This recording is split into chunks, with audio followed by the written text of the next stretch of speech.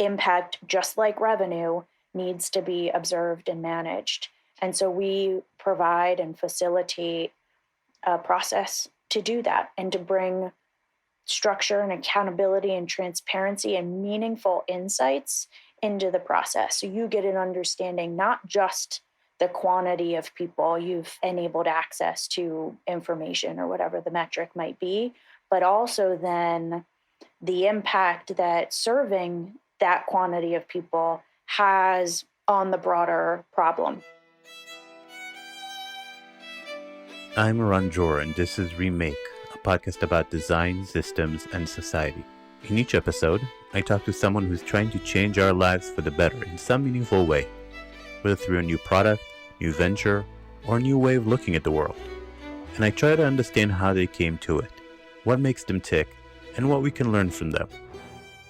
Today I'm talking to Catherine Griffin. Catherine is the founder and CEO of ImpactableX and sits squarely at the intersection of the capital, innovation, and execution to drive world-changing technologies. She has designed impact measurement and management tools that help social entrepreneurs to measure, track, and improve their social impact, as well as demonstrates its connection to revenue and helps startups make better impact decisions and investors to quantify their social impact. Prior to launching ImpactableX, Catherine served as managing director at an award-winning impact accelerator, GoodCompany Ventures, where she helped accelerate the application of new technologies to address the world's most pressing challenges. Catherine serves as a lecturer at Wharton, and her work has been featured in FastCompany, Forbes, and the New York Times, among others. In this conversation, we discuss how growing up in a family of doctors instilled in her a focus on healing and a sense of care for others. How her personal struggles in college led her to ask tough questions about herself, her privilege, and her path in the world. How she got disillusioned with the world of nonprofit social development and turned to private markets to see if their innovation could help more effectively. Getting involved with GoodCompany Ventures in collaboration with the city of Philadelphia, and how that put her in touch with acute public needs and innovative private solutions.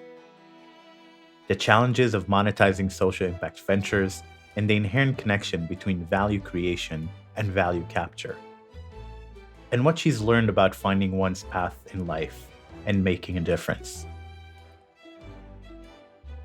This conversation with Catherine is one of dozens of wonderful conversations we have for you with designers, authors, researchers, makers, investors, and activists who are trying to make our lives better.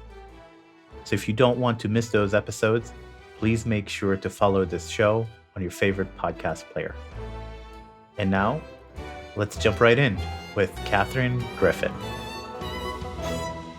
All right, I'm sitting here with Catherine Griffin. Catherine, welcome to the podcast. Great to be here. Thanks for having me. So as we usually do these days, we check in with the COVID situation, and I think it's still a relevant factor in a lot of people's lives. So I'd love to hear where in the world you were when this whole thing hit. How did it affect you personally? How did it affect your work? Anything that you could tell us? Yeah, so I'm based in Philadelphia. I was in Philadelphia when it all happened. Actually had a trip planned to California for a few days that we had considered canceling because a lot of the initial developments of COVID were really happening through California. But didn't end up canceling that trip and really saw the mass chaos and panic, just empty grocery store shelves and just mass consumer chaos. And then went through the shutdown in Philadelphia. It happened to be a time when there were also quite a few riots happening. And so there was a point early on when we found ourselves under triple lockdown. We were locked down for the riots, we were locked down for COVID, and then there happened to be a tornado warning at the same time, which was just wild. But from a business standpoint, COVID actually unlocked quite a bit of opportunity because it meant that everything went virtual, which meant that we could now attend events and connect with people around the world in ways that we just hadn't before, or that weren't as widely as accepted as before. But of course, the companies we serve have all been affected in a number of ways themselves, many of them operationally, many of them from a funding standpoint. I mean, I think everybody froze for a minute to just reevaluate the consequences, the implications of COVID. And so funding was often put on hold, or supply chains and operations were disrupted for many of the companies we serve. And others really capitalized on the opportunity because they enable virtual sales and connectivity and access to markets in a number of different ways. So it was really varied. It was really interesting. I have been really thrilled to see how much funding, though, has been reallocated now for founders of color or companies serving marginalized or adversely affected populations. I mean, I think COVID has enabled sort of a spotlight on impact-oriented issues and more attention under the auspices of COVID, of course, not necessarily impact itself, but nonetheless, quite a bit of funding has now been reallocated for all kinds of really important issues. And it's really been great to see how the investment community has stepped up. And, you know, of course, always a pleasure and very humbling to watch entrepreneurs' ingenuity in real time with a front row seat usually. It's been absolutely fascinating. I mean, personally, my mom is very compromised. And so we've all had to be very careful. But everybody in my family is in the medical field, which means they all had access to vaccines quite early, which is really nice. And I have been working from home, which I actually prefer. I find offices to be a bit distracting. I get a lot more work done actually from home, which I know isn't the case for lots of folks. But I feel like we've hit our stride at this point, more or less, of course, navigating different variants that come out. This Thanksgiving, we as a family were able to all get together again. And it feels like we've hit our stride, and the practices that we've had to adapt to COVID have become more habit now, more comfortable for us. So it's been interesting for sure. Yeah, it's crazy how quickly we get used to something completely abnormal. I had the experience today. So I just came back from abroad, and because of the Omicron variant, Israel is very strict. So I actually had to be in home isolation for 3 days. And then this morning, I got the text message that I'm free, that I could go out because I got a second negative COVID test. Then I had this moment of, back to normal. Let me just grab my mask and go outside for a walk. And that's the normal for me. Whereas a couple of years ago, that would be unthinkable. Yeah, I usually think of like phone, keys, wallet when I leave my house, right? No. And now it's phone, keys, wallet, mask. So, yeah. It's an interesting world. So I like to start these conversations by getting to know the person a little bit. And so we have this opening question that I like to ask, which is, what's something you learned in childhood or early in life that still drives you today, that's still with you today? Oh, my goodness. Yeah, I mean, I find as I've gotten older, I've really come to appreciate some of the values that were really instilled from an early age. One is, with great privilege comes great responsibility. One is my family, like I mentioned, is all in the medical field. And so there's this real awareness of and commitment to devotion to healing and giving to others, which might sound trite, but it was day to day in our family. As young kids, my dad would take us to his lab. He is a dermatologist and pathologist. And so we would look in the microscope and learn to analyze some of these samples that he had to diagnose. And we developed a real appreciation for analysis and for thinking through how best to serve people in need. You know, we went to Quaker schools, which is, you know, predicated on the belief that there's that of God in everyone. There isn't some like elevated person or people. And so I learned the value of hard work, and I really was instilled with this commitment to serving others. You mentioned that when we talked before that there was a sort of a well-beaten path to being a caretaker, and that because you adored animals as a kid, you're thinking that you'll be a vet when you grow up. Yeah, when I was a young kid, I wanted to be a veterinarian. I absolutely adore animals, and literally everybody in my family is in the medical field. Cousins, aunts and uncles, everybody else in my immediate family is doctor and nurse. And so it was expected. It was understood that we would go into the medical field, but I just love animals so much. So I wanted to dedicate my life to helping them. That, of course, evolved for me over the years. And I really bushwhacked my way out of those expectations, let's say, just beat my own path, as they say. But nonetheless, the sort of core values of do no harm and healing were instilled in me at a very young age. Yeah, you told the story of going to college and having an experience there that changed your life, like a course. Would you like to talk about that a little bit?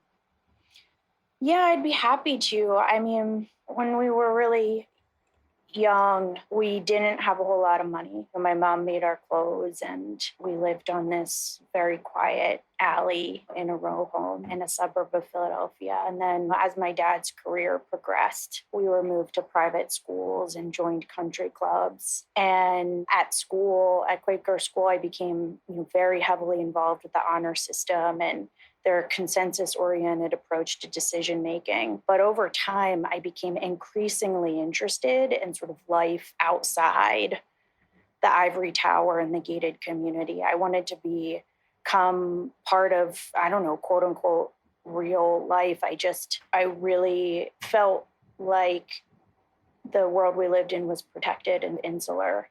And I had this very deep curiosity for getting outside of that. And I would say, too, that I was part of this very sort of high achievement oriented value system and power structure. And even though I benefited from the achievements I had earned over time, I also suffered from it. It was all I did and felt like it was really all that mattered to me. And I had to push down the part of me that needed rest or spiritual fulfillment or interpersonal connection. And I became really driven, I think, by what was expected of me rather than what was important to me internally.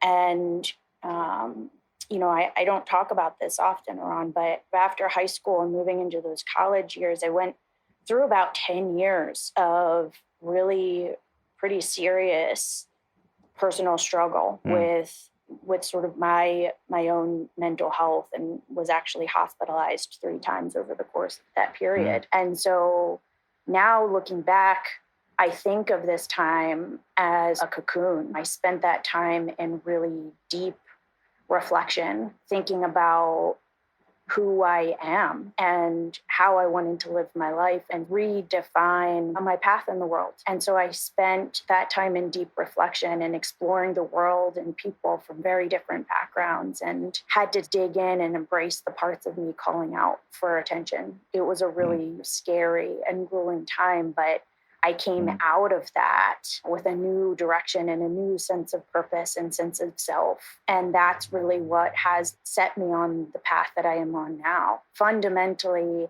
I wanted to understand why global problems only seem to be getting worse, despite years of really smart people and $1 trillion spent on them. I took one class in college that really rocked my world. It was called The Politics of the Global Environment. And I really learned about the mechanics that sustain and perpetuate the status quo in the world. I had an opportunity to travel to Switzerland to study and work with the UN.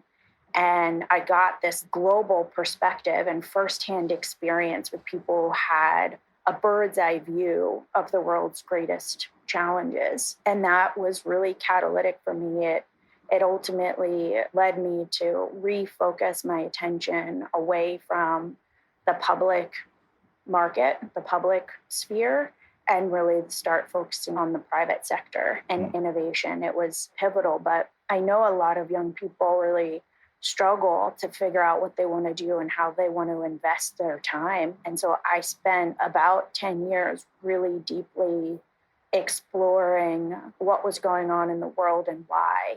And I'm so grateful for that time, because it ultimately set me on the path that I'm on today. And I feel like I'm able to offer value to others other young people who are thinking through their career direction in life. I sometimes question whether I should have taken the beaten path presented in front of me, right, and gone into veterinary medicine or dermatology, but I don't regret taking the road less traveled because my day-to-day today is just incredibly fulfilling and inspiring. And I have no doubt that the work I do is what I'm supposed to be doing. So yeah, college was a very transformative, regenerative time, pretty much in every dimension of my life, mentally, spiritually, and professionally for sure.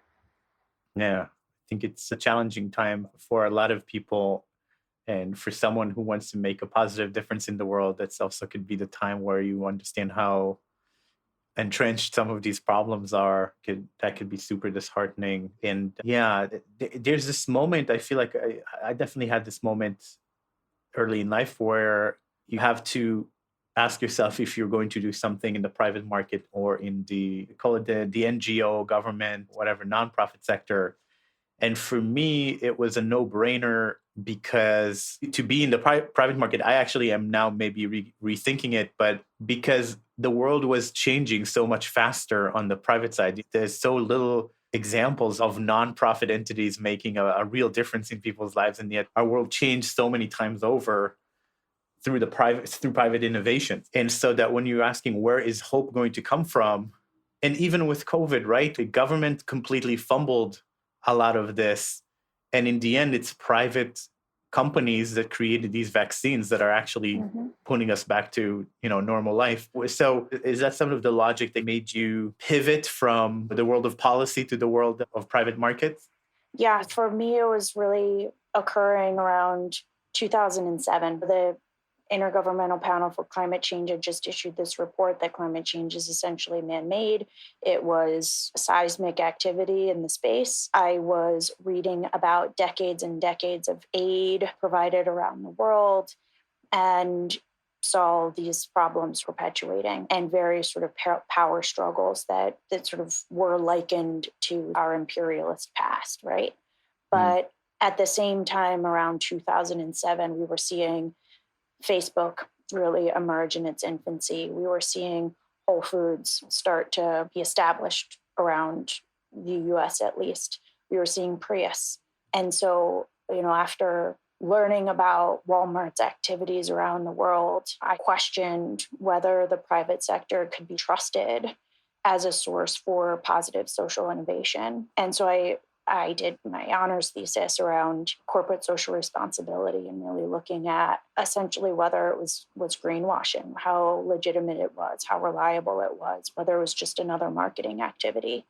Because corporates are the ones that have the global supply chains and the financial wherewithal to rapidly make broad change around the world. But could they be trusted to do so after sort of the track record that they held? So that was really some of the initial questions I had at the same time that we saw these sort of startup innovations really take hold. I mean, Tom's Shoes alone became a widespread model. Yeah. Yeah. And this idea that you could purchase something and also give to somebody, it's now a bit of an outdated model and one that's been critiqued for sure, but it really interested me. And so after college, I really dove into the private sector and I started working in management consulting and joined the management team of a few different social impact startups, one in ethical fashion in London and others around sort of social shopping. And this was back in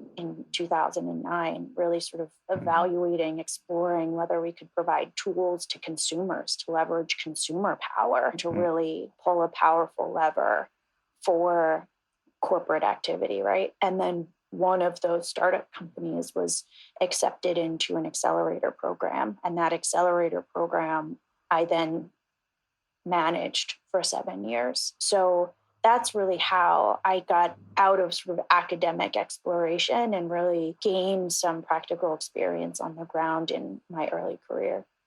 Nice. And so you were involved with GoodCompany Ventures. Do you want to tell us a little bit about what was that organization, what you were doing there? Absolutely, yeah. So one of the startups that I mentioned that I was managing was accepted into GoodCompany Ventures. And this was a very rigorous, I think, 12-week intensive accelerator. And we dug into every component of our business model. GoodCompany Ventures was founded in 2009 by ex-VCs and really wanted to explore whether change makers could become venture backable companies. And so we dug into the business model, everything from core value proposition, go-to-market strategy, revenue and margins, and financial intricacies, sales strategy, all of the components of a traditional pitch deck. We dug into the elements behind each, and then had an opportunity, like most accelerators, which are now quite ubiquitous, but back then were quite rare, especially ones focused on social impact and social innovation. We had an opportunity then to connect with some early stage angel and seed investors. So it was a phenomenal experience. And I continued to work on the startup company, but ended up joining GoodCompany Ventures right when they won this $1 million prize from Bloomberg Philanthropies in partnership with the Wharton Social Impact Initiative and the city of Philadelphia, and had an opportunity to design this cross-sector collaboration and also then facilitate its execution. And so it was this beautiful project where we were working with 10 companies at a time intensively on a particular, social issue, with an esteemed academic institution behind us, a prolific philanthropic organization in it and its resources. And we also had this sort of playground to pilot and test and iterate within the city of Philadelphia itself. And so it was just this incredible program. We ran it twice for 2 different cohorts. It was all focused on public safety innovation. And so we talked about the difference between public and private sectors. And we really saw firsthand the reality of the tech infrastructure within the police department and the fire department and within the city itself and its procurement practices. One of the sort of fundamental tenets behind our work with the city of Philadelphia was really around revising the procurement process. So instead of prescribing the solutions that we, meaning the city, think will solve a particular problem, instead sharing key components of the problem and soliciting widespread solutions. And we took that approach and applied it to 10 companies working on everything from access to food stamps and improving the user experience around application, enrollment, and management of food stamps, to improving education technology within prison systems. So reentry is improved and recidivism is reduced. We worked with companies across the board, many of whom have now closed tens of millions in funding from market rate, sophisticated VCs. So it was just a phenomenal experience and a model that we later replicated with the Obama administration's climate data initiative, this time focused not on public safety, but climate adaptation innovation, particularly in food and water systems. And so this time we had access to the broad consortium of global NGOs, multinational corporations, investors, governmental organizations like NASA and NOAA. This was really much more expanded application of the same model we had initially applied in Philadelphia. It's just phenomenal. And again, several of the companies in that cohort have gone on to do absolutely incredible things around the world. So the question that I had initially around whether the private sector could be trusted as sort of a source for social and environmental impact. I mean, the corporate side, I think we've seen improvement, but where I really get excited is in the private markets and early stage innovation. It's really exciting, and we've seen incredible work on the ground. I'd love to hear if there's a story that really stuck with you, or a particular company that you're really proud of from your time at GoodCompany Ventures. Yeah, I have so many favorites. I really do. And I feel a little bit like they're my babies, because I worked so closely with them right in their early stages. One of my favorites is definitely Propel. This is the company that was founded by, a Stanford grad who went on to work, I believe, at Facebook and wanted to apply his skills to solve a real problem that affected a lot of people. He himself went through the experience of applying for and enrolling in food stamps. And he tells this story about being in line and seeing everybody else in line on their phones. When you get a paper application and you have to fill it out and you have to take time off of work or out of your day to do so. And he just realized that all of this could be done mobily. And so that personal experience led him to develop Propel. He built this application enrollment and management system. And what was really interesting was his need to prove out this market. Can you build a company around serving people who sort of by definition are low income? And would investors support a company like that? And who pays for this service? And so all of the business model development around a company that is serving a population who can't pay or maybe shouldn't pay for various reasons was really interesting. And so his early days, he needed to prove that out. And once he did, he unlocked massive funding to support its scale. And so that story, both of someone with real talent choosing to dedicate it to solving a problem that affects so many people. The number of people who are eligible but unenrolled in food stamps is absolutely massive.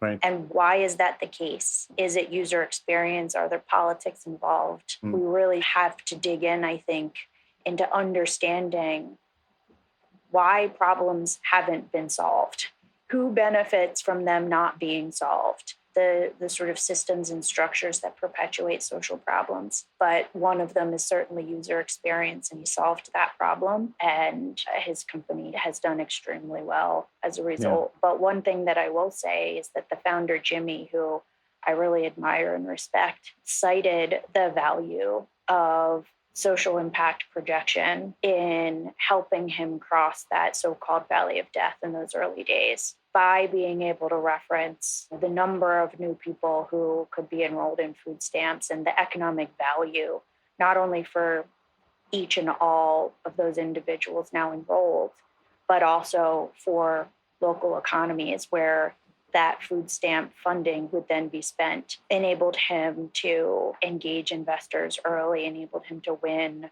prizes that provided funding, and really enabled him to demonstrate the value of this work and engage new partners to building it out. So that's one of my favorites, but there are several others. And even in the work I do today, I keep a close eye on their progress and am rooting for them at every step. They feel like family of sorts. Yeah, that's amazing. Would you mind completing that piece of the puzzle of how do you build a for-profit company around these sorts of ideas? Is that something where it's, it's a public-private partnership where the government pays for some of this stuff, or is there some model to monetize? Because I think that inability to imagine that is probably holding a lot of people back from even going in that direction with a startup. Yeah, so, his model now is funded through a number of mechanisms, certainly advertisements, one of them. I know he was able to receive some grant funding, but, social innovators often have complex business models where the user is not necessarily the buyer, and there may be other gatekeepers involved as well. And typically, the companies that succeed are not relying on government buyers, at least in the cases we've worked with.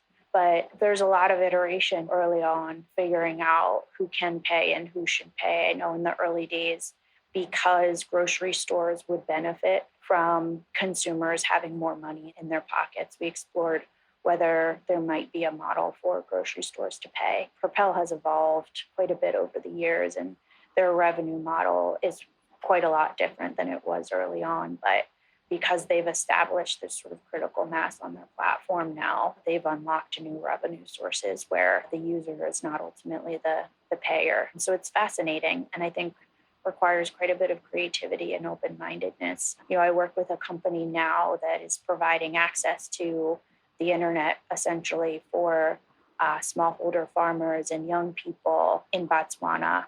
And the user ultimately pays through the mobile provider, but it's a very small or in some cases free service that they provide. It's fascinating to see the various business models and the ingenuity and creativity required to serve various populations in various ways. Yeah. I've been thinking about prison services, especially around remote education. There's a wasted population that is very eager to build skills for when they come out. And today is so cheap. It's so accessible to bring digital content into those places. And all it needs is a little bit of, is someone to do it and create a solution that works inside of a prison environment. And then what I've heard from people that I pitched this idea to is, it's too hard. The governments don't want to invest in prisoners. Politicians are it's not palatable to spend money on stuff like that. People who are supposed to be punished.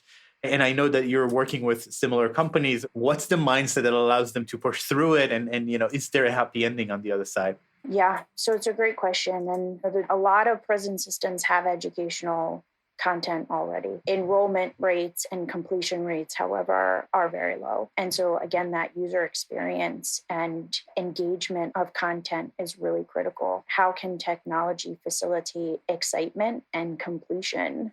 And we worked with Adovo in the early days, and they're doing quite well now. And we had a partnership with the city of Philadelphia, which meant that we could provide Adovo with pilot opportunity that can be catalytic for an early stage company, right? Especially when you're dealing with interconnected prison systems. Is there a success story? That certainly remains to be seen. The recidivism rates are so high and prison populations continue to grow. But the data and research is there that with this education, recidivism rates go down and job placements go up and wages go up. So I think it's certainly promising. And there are quite a few companies working in this space and in impact funds specifically designed to support criminal justice innovation. I worked with another company that focuses specifically on reducing technical violations, which are one of the main drivers of reincarceration. Things like failing to show up for an arraignment or a probation or parole appointment,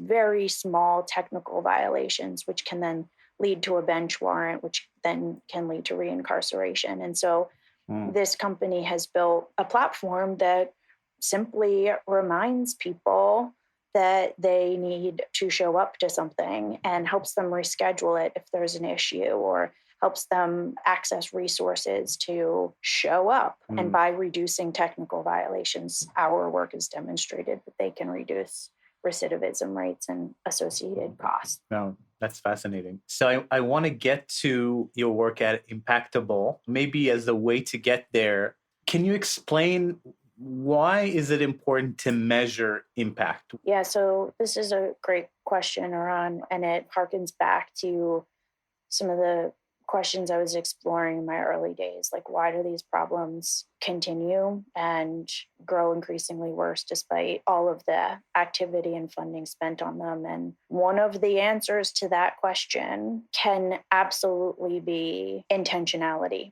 which is a big part of social impact. What is the intention behind an investment, or what is the intention behind the work of the company being done? And while intentionality is great and it's certainly important, I think it's absolutely critical to capture the degree to which and the operations behind making that intention real. Otherwise, I think the legitimacy of the entire social impact movement is questionable. Is it a movement that makes us feel better about ourselves and the work that we do and makes us sleep better at night? Or is it also affecting real change on the ground? And without that, what is social impact, right? And so that said, measuring social impact is not necessarily always straightforward or considered easy to do. The prevailing belief is that it's really hard and that it's complex, but I think it's absolutely critical for so many reasons for investors to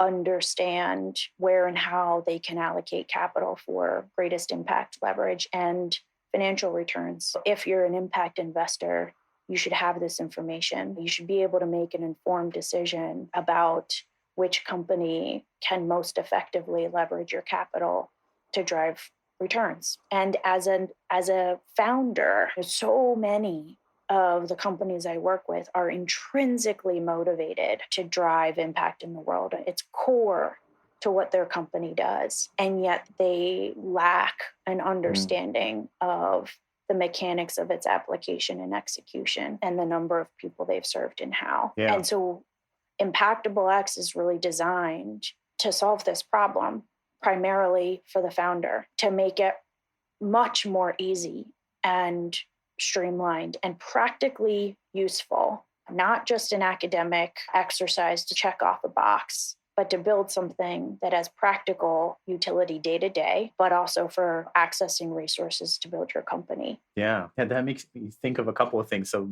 the first thing is John Doerr's book, Measure What Matters. Effectively, our organizations are optimizing for some KPIs. And if those are not the KPIs that actually matter, if you measure, then you'll optimize whatever you are measuring. And by introducing another KPI to measure, you are affecting behavior. So that's beautiful. The other thing that this made me think of is we work mostly with early stage startups, and the number one killer of these startups is, you can describe it as ego, or you could describe it as like a self-centeredness, right? Where the founder decides to impose on the world something that they think is important, but actually doesn't really matter to anyone, and then refusing to stay open and listen to what people actually care about. And so I actually see this impact measurement as also as a de-risking strategy for investors, because if you make an impact, then people will care, which is the number one hardest thing to figure out in an early stage investment, is building something that people care about. And so obviously you still have to figure out the monetization, but at least you're not in the realm of fancy. Yeah, I see this with founders a lot. When your only tool is a hammer, everything becomes a nail, right? So like building a product and finding a problem that it solves, Right. rather than identifying a real problem and building a solution to solve that problem, or getting stuck in this vision of the world as it should be rather than the world as it really is. This is human-centered design. I teach a course on this, actually. It is a real challenge for founders. And so I think impact data, it's a broad term. Social impact is a broad term. Right. But in its application, we find that it really is an articulation of a core value proposition. It's often the reason why a buyer buys a product or offers it to a given market. It's absolutely core to its value proposition. And by articulating that, and then by measuring that, absolutely you're validating or refining or challenging the core driver of a business. I think user feedback is invaluable at every stage of the startup process, without question. So getting into the theory behind ImpactableX's approach, we think social and environmental challenges are massive problems. Solving massive problems unlocks massive value. Entrepreneurs uniquely figure out how to create and capture that value by solving problems. However, their revenue only reflects a portion of the value that they can capture. Often social impact benefits third parties or the commons or both, right? And so we think about social impact as unmonetized or uncaptured value. And so we figure out what that relationship is between revenue and value that's captured, and impact, value that's uncaptured. And we figure out how to help a founder capture the full value that they create. And so it's really interesting to see value generated for a buyer or a payer versus value generated for others. But social impact often plays out this way. And so we build models that relate revenue to impact and value each. Interesting. Yeah, it definitely gets into an interesting conversation about what you value and for whom and how much.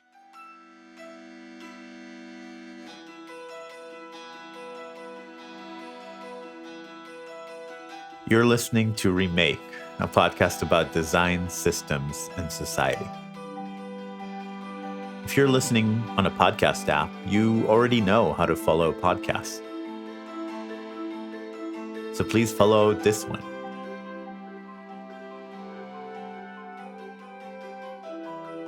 If you're listening in a browser, just go to remakepod.org to find links to all the major podcast players where you can follow our show.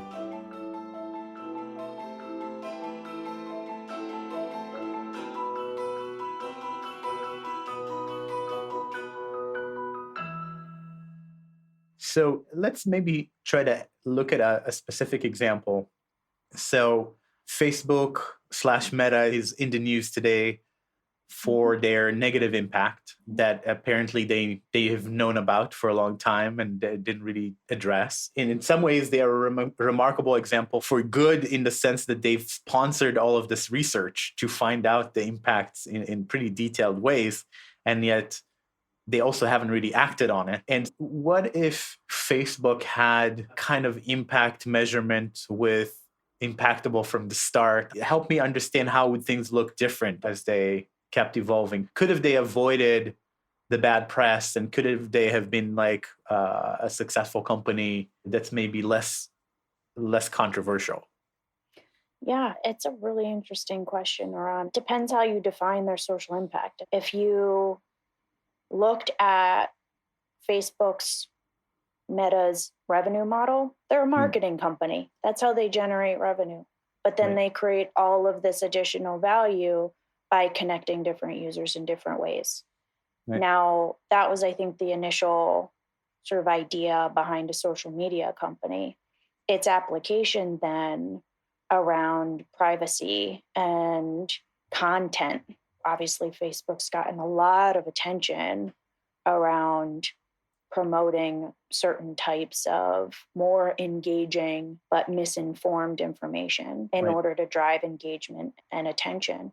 So obviously, Facebook is very late stage and we work with early stage companies, but initially we would determine what those key impact metrics are. Is it around connectivity, bringing people together? Is it around access to markets for people who may be disconnected in various ways? Is it around access to certain types of critical information? And so if you build these metrics in, then Facebook's early days may have been focused on at least observing what percentage of people who are marginalized may be now connected to various resources. Over time, as a company evolves, additional metrics can absolutely be added regarding data privacy, regarding certain types of censored information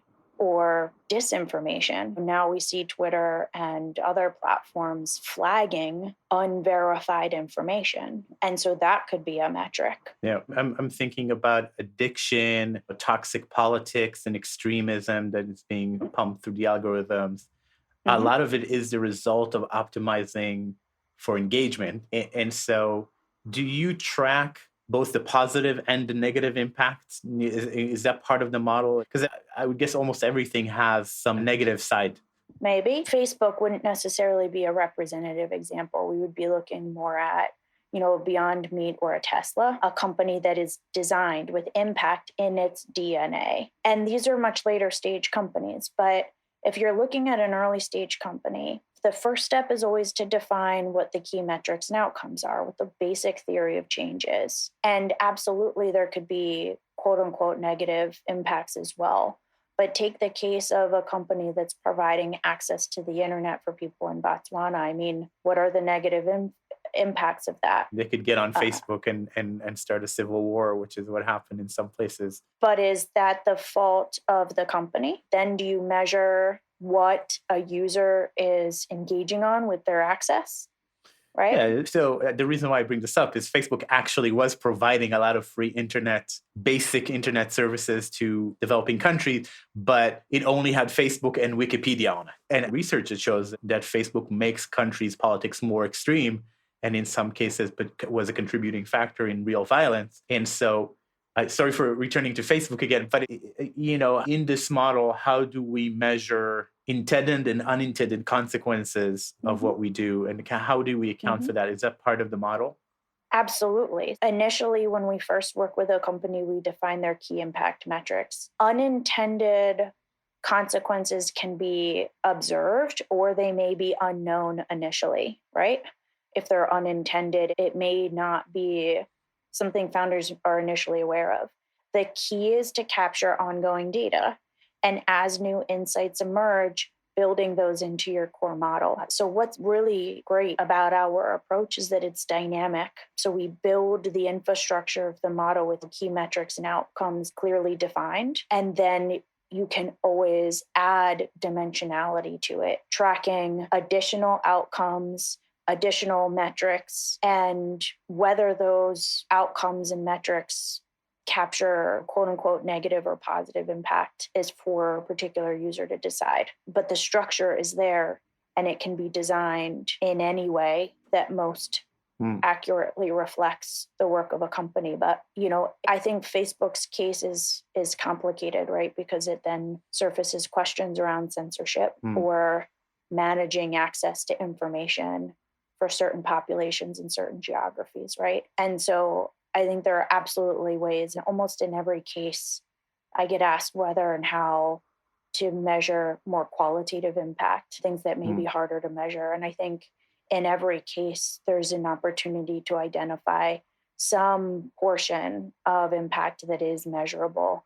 And it may not capture the entirety of the impact, right? I'm working with one company that provides low-cost training for physicians in certain countries to perform cataract surgery, which is a very low cost, very high value surgery that's easy to perform. And when a patient can see, how do you measure dignity? It's a big question, and one that we don't even try to touch, but we can look then at dimensions of independence and reduce dependence on caregiving and the consequences, the outcomes of that kind of independence then on employment potential for family caregivers who are now free to do other things, the education potential of those family caregivers, and the new opportunities available for somebody who can see again. It's not always straightforward, but the approach that we take is modular and it's dynamic.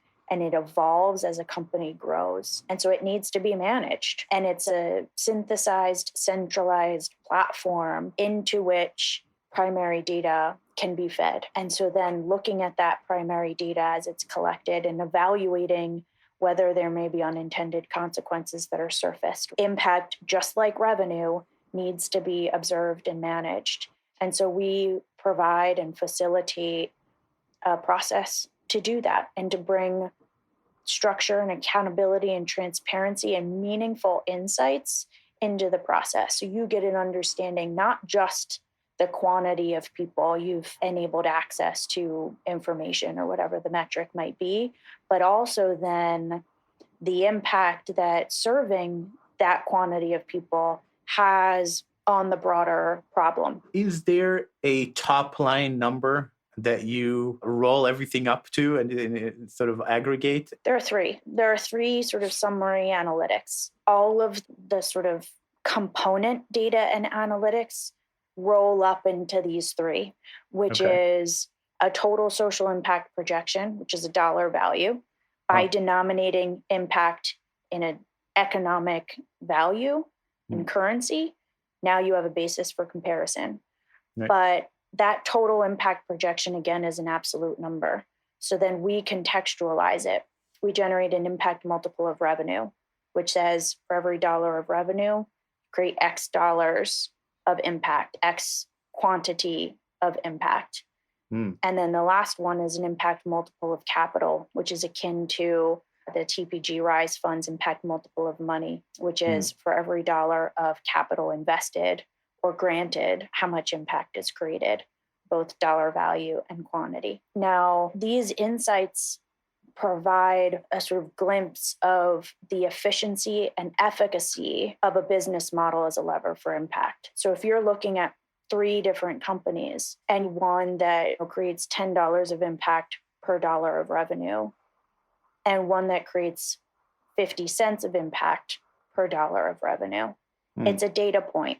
It's not necessarily fully representative. So maybe the company that's generating 50 cents per dollar of revenue is operating in an emerging economy, or maybe the impact that they generate has a low dollar value, but it's not fully representative of the impact that's created. It's a data point. It's an interesting dimension for comparability, and it's all modeled on top of a company's financial projections. So we don't get into the credibility or legitimacy of the financial projections. We leave that to investors. They're very good at that. They've done it for years.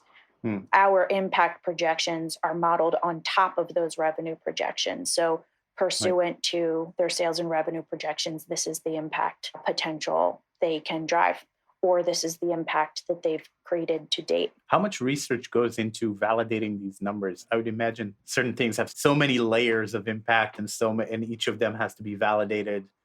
Absolutely. I'm so glad you brought up validation because credibility is absolutely essential. 66% of impact investors, I mean, this is old data now, I think 2020, but 66% of leading impact investors cite impact washing as their greatest concern facing the social impact industry as a whole. And we do not want to be another source of impact washing. And so validation is absolutely critical. There are 2 sources of data inputs into our model. One is research-driven data. The other is company-driven data. Company-driven data, we absolutely review the data that's provided. Many times companies need to make initial estimates, or they have some data, but they need to make estimates around outcomes because they haven't collected primary outcome data. So we work with them to substantiate any estimates that they make, but they remain estimates.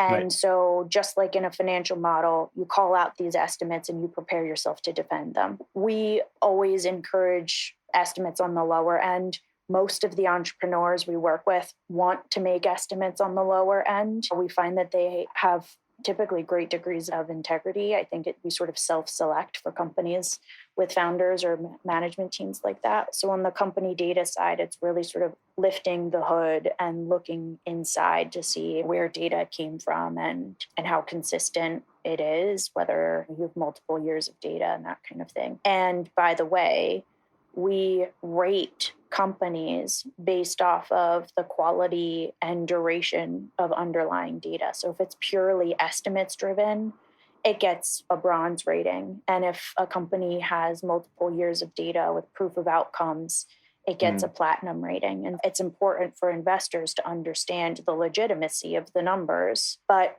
we think that just like with financial modeling and projections, there's immense value in even building an estimates-driven model. It brings so much clarity. And I think investors, especially at an early stage, value seeing those estimates on paper. Then there is research around the magnitude of the problem and the cost of the problem and or the new value that can be unlocked.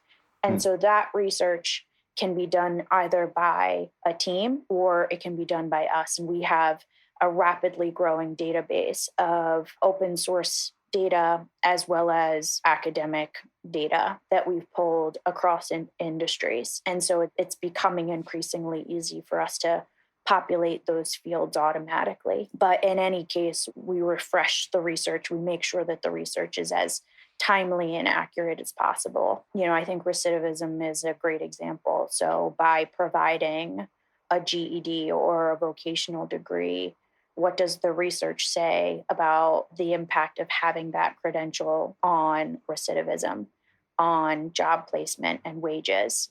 That research is ongoing. I mean, it's not the primary thing we do. The primary thing that we do is build and populate these impact models for our companies and help them manage them over time. So dealing with impact measurement, I think one of the interesting things about it is you have to make a lot of ethical and moral assumptions, or at least think about them as you're building these models. And so one of the challenges that probably come up when you are ultimately measuring things in dollars, or even operating within this dollar-based economy, is that when you help someone in the US, in a more rich society, get back to work through, let's say, affordable eye surgery, that's going to be worth more money than someone in a developing country, or when even recidivism rates or anything that you measure in a richer country Absolutely. just amounts to more That's money. right. And so how do you address that? And I would imagine some people will say, yes, okay, this dollar amount is really matters to me. And another person might say, give me the number of people I've helped. That's what I care about when deciding how to spend my time and energy. And it's definitely legitimate to try to figure out the dollar amount of your impact, but how do you kind of avoid the inherent bias in the marketplace?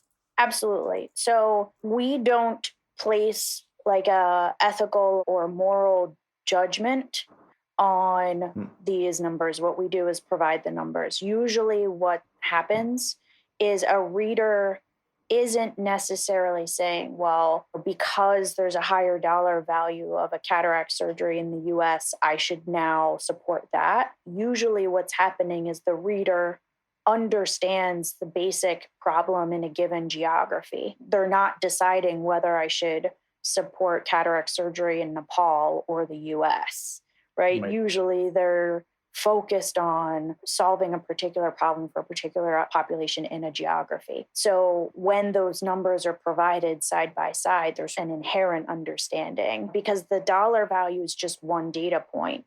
That would also be backed by the research that says percent of population requiring cataract surgery, or what the CSR rate is, the cataract surgery rate, which is set by the World Health Organization. What is the cataract surgery rate in the US? It's much, much higher than it is in Nepal, for example. So the dollar value is just one data point. If an investor had the full amount of information that we provide, they could clearly see that the need for cataract surgery is much greater in a place like Nepal, even though the economic value of it may be much less. So you have to provide the full picture. Yeah. So I've been fascinated for a long time with this idea of a universal measure of impact. Probably not possible right now, but one of the best ideas that I thought I had was something around entropy. So if you look at a lot of the problems we have in the world, whether it's human suffering or disorder, political corruption, disorder in systems, social justice, a lot of it is some form of noise and chaos in a system, right? So we know what the ways in which a happy and healthy person is different from a suffering and unhappy and sick person. We know the ways in which a functioning democracy is different from a dysfunctional democracy or a corrupt politics. And these things, a lot of them correspond, in my mind at least, with a kind of the information theory idea of entropy and negative entropy. Are you moving in a direction of more order and harmony or less in the system? And some of these things have measurements. There are mathematical measurements. Is that something that you've been looking at? Is there any interesting research to take this outside of the financial realm and show other measurements? Yeah, it's a fascinating question, Ron, and it's definitely much more systemic level, right? So we work at the company level, solving very specific problems. And usually those are not addressing systemic level problems. Right. But I think the key question is, how do you measure harmony in a particular field? And so really digging into what those metrics are, and it becomes quite complex as soon as you open the hood on any one dimension of that. But there is quite a bit of research on the key levers that can be pulled in a particular field for maximum contribution to quote unquote harmony. Those are the metrics that I think should be focused on. Things like job training and placement for opportunity youth. By focusing attention on that critical demographic, it has outsized impact returns. I think the global standard that is really at least intended to enhance harmony are the SDGs, right? So zero hunger, climate action, they're very broad. And there is one on sort of peace and justice and institutions. Right. These are the Sustainable Development Goals of the UN. Yep. Some people might not know it. I think there's 17 goals at this point. That's right. And they're very broad, and they're looking really at serving the underserved, right? They're looking from a global perspective at solving these really big problems. And so they're absolutely not comprehensive, but it is the closest thing that we have to a framework for harmony. Yeah. And I know that, well, certainly ImpactableX is generating analytics that contribute to SDG achievement. And I know that the impact measurement industry as a whole is moving towards anchoring itself against the SDGs. Interesting. So we talked about some of your journey, your personal journey around kind of growth and even spiritual development. If you had to summarize where you stand today, what are the big important questions in life, or what is your kind of relationship with this world? Wow, that is a very broad question, but I can tell you that my day-to-day is all about service. How can I be of greatest service to these extraordinary, visionary, resourceful doers in the world? How can I add the most value? And so all of that sort of spiritual and personal development work that I did has really landed me in a place of commitment to service, profound humility, and a belief in the power of taking small action.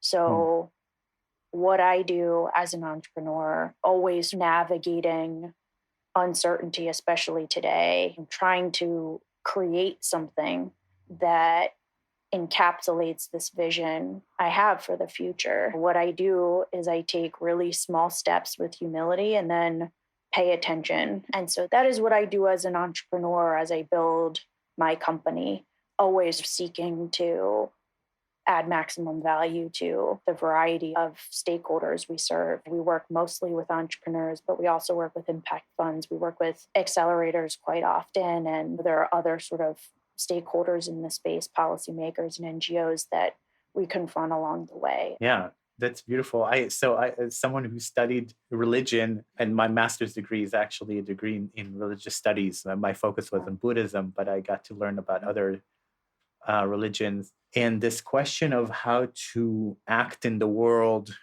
without being overly controlled by it, or without being in always in reactive mode, is maybe the central question of a lot of its religions. And it's interesting to see similar but importantly different answers. So for instance, in Buddhism, it's all about acting without ego. In Hinduism, it's acting out of service. In Taoism, it's acting without concern for outcome. So acting in the moment and letting outcomes come naturally. So in every tradition is a different answer, but it's all around how can I act and still be effective in the world without being subsumed by the world and being essentially letting the world drive me. Or becoming so devoted to your own will and your own conception of the way the world should be, and not listening to the external influences as well. So both happen in the world of entrepreneurship, and both really can sink a company big time. Yeah. And so we have a closing question. We may have already gotten close to its territory, but my closing question is this. So in his TED Talk, philosopher Alain de Botton talks about the difference between a lecture and a sermon. And a lecture is a modern day dry idea of just going to give you some abstract bit of information and you can make up your own mind. Whereas he thought the sermon really had a place in modern life because it's a more urgent plea that's trying to change someone's life for the better. It shows care. And so what is one thing that you really want to convey to people, maybe people who are interested in having a positive impact on the world, and maybe they're still in the early stages of their career. But in any case, what's one lesson that you really would like to convey that you really think has potential to change someone's life? Oh my God, Ron. Wow. If I'm giving sort of like a sermon on my purpose in the world, I would talk about my core why, which is if we really want to change or address the world's greatest problems, and that is an open question in some cases if we're looking at ourselves honestly. But if we want to solve the world's greatest challenges, we need to build and invest in companies with the greatest potential for meaningful impact at scale. And we need the indicators to inform those decisions. If I'm talking to someone early in their career, I would say, listen to your body. It has eminent wisdom. And I would say, explore with an open mind. The early days for me were very much about exploration and questioning, confronting elements of myself, and taking the time to study and observe the world as it currently is and talk to people, whether they are investors, whether they're professors or people working at, corporations. And I took the time to get on phone calls and to get coffee with, just network and ask questions and listen to other people's experience. And ultimately, the whole plan is never going to ever be laid out. And even the best plans fall apart quite quickly. I've actually found that when we take action and we're on the wrong path, we find out. The world lets us know, whether it's a gentle tap on the shoulder or whether it's a sort of loud foghorn to the face. I've actually learned that those sort of foghorns, the crises as they're often called, tend to be massive opportunities for regeneration and transformation. That was the case for me. But on a day-to-day basis, I would say, listen to your body, talk to as many people as possible, explore with an open mind, and then just take the next right action, and you'll learn more as you go. Thank you very much, Catherine. Oh, it's been my pleasure, Iran. Thank you so much for this wonderful conversation. All right, that's it for today. If you enjoyed the podcast and would like to support it, please consider writing a 5-star review in Apple's podcast app or wherever you're listening. It helps many more people discover the podcast and also makes us feel good. Current support for the podcast comes from my own design company, Remake Labs. We run design sprints all over the world, and our goal is to improve outcomes, whether in business or various organizations, through repeated and rapid design interventions. Now, until next time, be well, everyone. See you next week on Remake.